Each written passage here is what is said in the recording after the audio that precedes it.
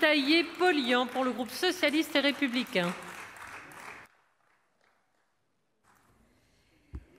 Madame la Présidente, Messieurs les ministres, Monsieur le Président de la Commission, Monsieur le rapporteur général, mes chers collègues, le budget du pouvoir d'achat, c'est comme ça que vous présentez ce projet de loi de finances.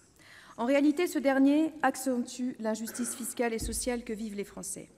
Car vous communiquez en parlant baisse d'impôts, en alimentant une confusion entre les différents types de prélèvements, cotisations, taxes, impôts, et leurs effets très différents quant à leur caractère redistributif. Cette confusion arrive à son paroxysme cette année avec l'officialisation de la non-compensation des baisses ou des exonérations de cotisations sociales que vous décidez. On retrouve cette même confusion dans l'exonération de taxes d'habitation, le transfert de la taxe foncière des départements vers les communes et sa compensation via une part de TVA. L'argument le plus utilisé pour justifier ce choix est de mettre en avant le côté dynamique de cet impôt. Notre croissance reposant essentiellement sur la consommation des ménages, nous avons effectivement un impôt indirect dynamique, mais ô combien injuste. Il faut rappeler sans relâche que la TVA est l'impôt le plus injuste, car non seulement il est dégressif, c'est-à-dire que proportionnellement, les catégories les moins aisées en payent davantage par rapport aux catégories les plus aisées, mais qu'en plus, les Français ne perçoivent pas qu'ils payent cet impôt lors des différents achats de leur vie quotidienne. Imaginez la réaction des Français si, à l'heure de chaque passage à la caisse, ils devaient faire un paiement distinct à l'ordre du Trésor public. 1 € pour mon café, 20 centimes pour le Trésor public. 50 € pour ses chaussures, 10 € pour le Trésor public.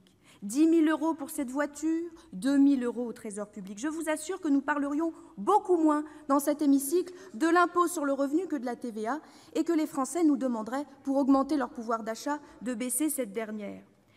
Depuis la transformation du CICE en baisse de cotisations sociales patronales, c'est donc une part de TVA payée par les consommateurs qui sert de compensation aux baisses de cotisations employeurs. Je sais que la TVA avait déjà pris une part importante dans le budget de la sécurité sociale, mais vous l'amplifiez. Rappelons-nous du débat du temps de M. Sarkozy concernant la mise en place d'une TVA sociale.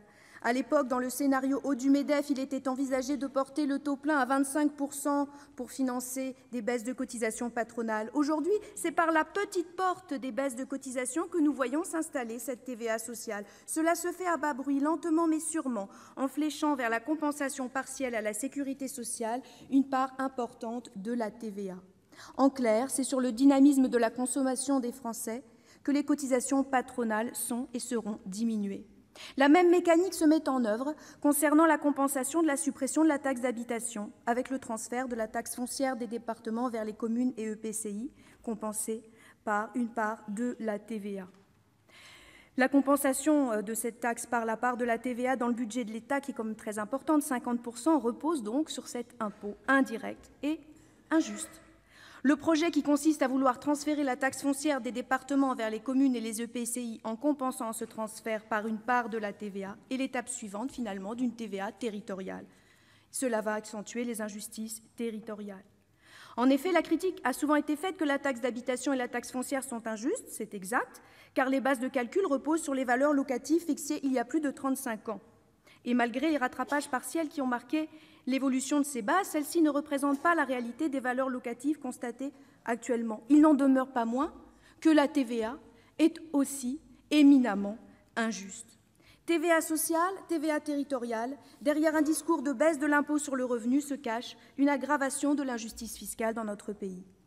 En outre, la baisse de l'impôt sur le revenu, qui a été possible grâce au meilleur encaissement de l'impôt à la source, est présentée comme une mesure en faveur du pouvoir d'achat. Oui, pour beaucoup de Français, mais les 22 millions de Français qui ne paient pas l'impôt sur le revenu, mais qui paient tous les jours la TVA, ne verront pas d'augmentation de leur pouvoir d'achat. Et l'ensemble des Français qui sont unanimes pour exiger un retour du service public dans leur territoire en seront pour leurs frais.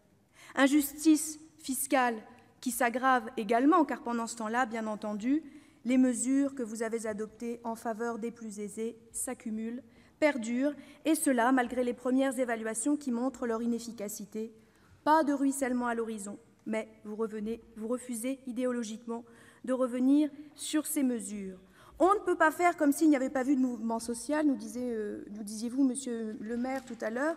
Eh bien, force est de constater que vous faites comme si cette contestation sociale était uniquement une contestation contre l'impôt. Elle était avant tout une contestation pour la justice fiscale et pour davantage d'égalité, notamment dans l'accès aux services publics. Vous ne répondez pas à l'urgence sociale, vous ne répondez pas davantage à l'urgence écologique.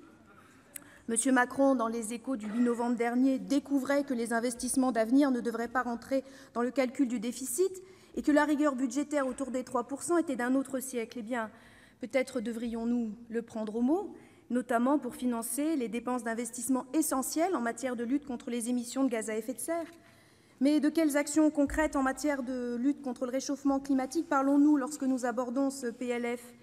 Une suite de taxation et de réduction d'exonération des produits ou pratiques les plus polluants, espérés par l'effet prix d'en diminuer l'usage. D'accord. Nous avons eu aussi la présentation d'un principe de budget vert pour identifier par un code ce qui est plus vertueux, ce qui est moins vertueux. Très bien, mais c'est insuffisant, nous n'en sommes plus là. L'urgence de la situation nous oblige à prendre des mesures beaucoup plus radicales. Globalement, cela doit passer par une obligation d'agir pour tous les acteurs et également accompagné par un investissement très fort de l'État. Chaque année, il manque plusieurs dizaines de milliards d'euros pour remplir ne serait-ce que nos engagements en faveur de la COP 21. Nous étions tous fort contents de ce résultat. Eh bien, nous ne remplissons pas nos engagements financiers. Ce budget le montre. Alors oui, urgence sociale, urgence écologique, voilà ce qui aurait dû être les maîtres mots d'un budget responsable. Ce n'est pas un budget d'acte 2, c'est un budget d'entêtement dans une politique largement rejetée par les Françaises et les Français. Merci, madame. La parole est à monsieur Jérôme Bascher pour le groupe Les Républicains.